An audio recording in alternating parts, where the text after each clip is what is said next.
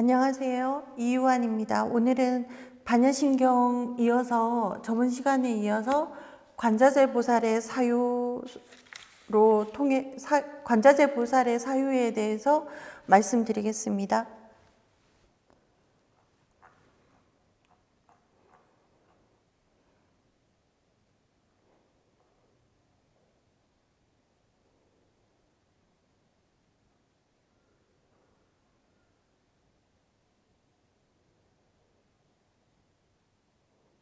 자, 사람에게는 두 가지 삶의 형태가 있는데요. 내가 이상적으로 좋다고 생각하는 삶과 그런 것과는 관계없는 그 절대 자유의 삶, 진리의 삶이 있습니다. 우리가 보통 절대 자유의 삶이라는 것은 사실 생각하기 어렵고, 우리가 보통 자유라고 하는 것은 선택의 자유나 한정된 자유를 이야기하죠.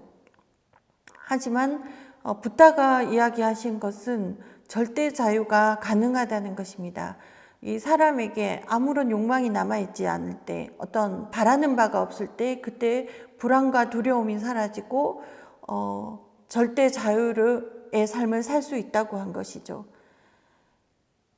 그래서 이 생각을 넘어선 절대 자유의 삶이라는 것은 우리가 어떤 이상이 절망이 되었을 때 그대로 추락해 버리냐, 아니면 절대 자유를 생각해 볼 수 있느냐 하는 선택이 될 수 있습니다.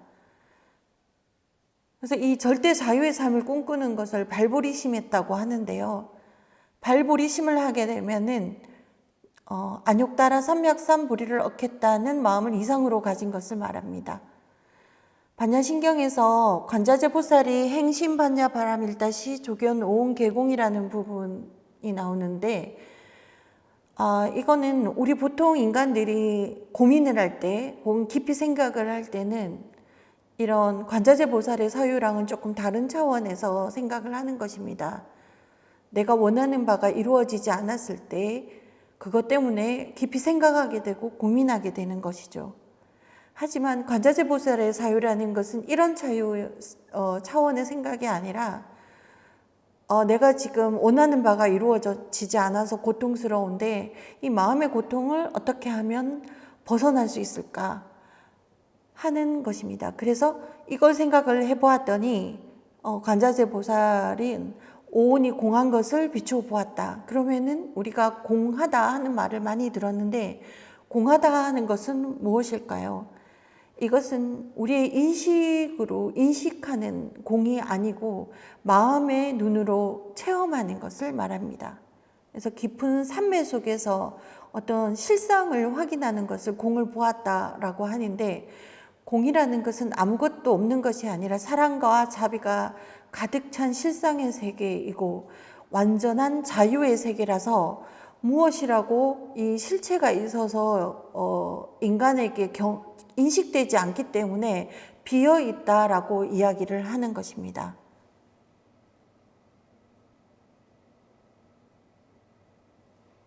바라밀이라는 것은 피안에 도달하다, 깨달음의 언덕으로 건너간다, 혹은 최상, 성취, 완성을 의미하는데, 이 바라밀에는 여러 가지 종류가 있는데 오늘은 육바라밀을 시작을 해드리고 싶습니다. 육바라밀은 보시바라밀, 지게바라밀, 인욕바라밀, 그리고 정진바라밀, 선정바라밀, 지혜바라밀, 이렇게 육바라밀인데, 이 육바라밀을 성취하면은 완전히 저 피안에 도달할 수 있어서 삼매에 이를 수 있고, 또 공의 세계, 실상의 세계를 체험할 수 있다고 하는 것입니다. 명상은 조용히 생각해서 생각만으로 끝나는 것이 아니라 생각을 초월한 곳, 생각이 끊어진 곳까지 이르는 것을 말하는데요. 생각이 끊어진 곳에 이르기 전에는 항상 우리가 어떤 생각 안에 머무르고 있기 때문에 끊임없이 생각을 전환해서 나에게 도움되고 다른 사람에게도 도움되는 지혜로운 생각으로 바꾸는 연습을 해야 합니다. 정중동이라고 하는 말이 있잖아요. 그래서 이렇게 조용히 생각해서 고요하게 한 곳 안에서 그 실상을 발견하면 그 실상은 공의 세계라는 건 자유롭고 빠르게 변화하는 어떤 세계입니다.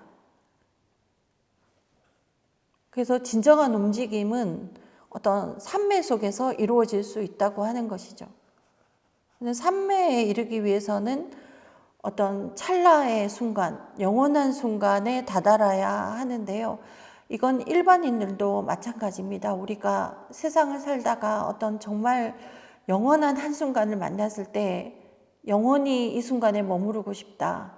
혹은 내가 지금 죽어도 좋다 하고 이 삶과 죽음의 경계가 무너지는 체험을 하죠. 우리가 보통 비어있다, 공하다 하는 것을 없다라고 표현하는 경우에는 이 인식이 비어있다라는 것입니다. 우리가 저것은 빨간색이고 저건 파란색이고 이건 옳고 저건 그르고 이렇게 끊임없이 인식하는데 사실은 이 인식이 완전하지 않아서 오류로 가득 차 있고 그래서 착각이 많습니다. 그래서 이 착각된 생각을 상이라고 하는데 이게 마음의 번뇌로 남아서 우리의 삶을 한정된 삶으로 축소시키고 우리가 원하는 바도 이루어지지 못하게 합니다. 그래서 이 상을 내려놓는 것. 그래서 금강경에서 약견 재상 비상이면 직견 열애라 라고 하는 구절이 나오는 게 이 허망된 상을 버리면은 실상인 열애를 본다라는 뜻이죠. 이 산매 안에서 대상의 움직임을 있는 그대로 보는 것을 공적 시색이라고 하고 또 인식으로 대상을 관찰하니까 그것이 육안으로는 관찰될 수 없을 만큼 빠른 속도로 움직여서 파악되지 않는다고 해서 색즉 시공이라고 합니다. 그래서 우리의 이 인식은 오류를 가지고 있기 때문에 이 인식된 상은 버리고 지혜를 구하고 또 산매를 닦아서 실상을 확인해야 한다고 합니다.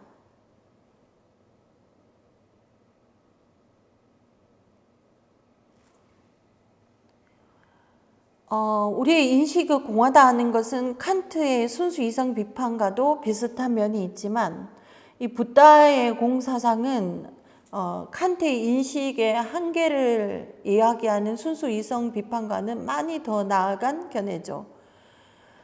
칸트의 순수 이성 비판이라는 것은 그 이전에 서구의 형이상학 전통에서 우리의 이성이 진리를 알아낼 수 있다고 해서 그 철학자들이 사유를 많이 했는데 칸트가 보니 우리의 이성은 자체적인 한계를 가지고 있어서 진리를 인식할 수 없다라고 했으며 또 더 나아가 사람들은 자기만의 관점을 가지고 그 관점대로 대상을 파악한다라고 했죠. 이것을 코페르니쿠스적 전환이라고 해서 이 서구의 형이상학 전통에서는 일대 전환점이라고 하는데요. 그 붓다도 우리의 이성으로 진리를 알 수 없고 우리의 이 인식은 착각으로 가득 차 있기 때문에 상을 버리라고 했고 거기서 더 나아가서 산매를 닦으면 이 실상을 체험할 수 있다라고 한 것입니다. 그래서 이게 오온이 공한 것을 본 것이 관자재 보살의 사유이고 이 사유 속에서는 공을 체험할 수 있는 것입니다.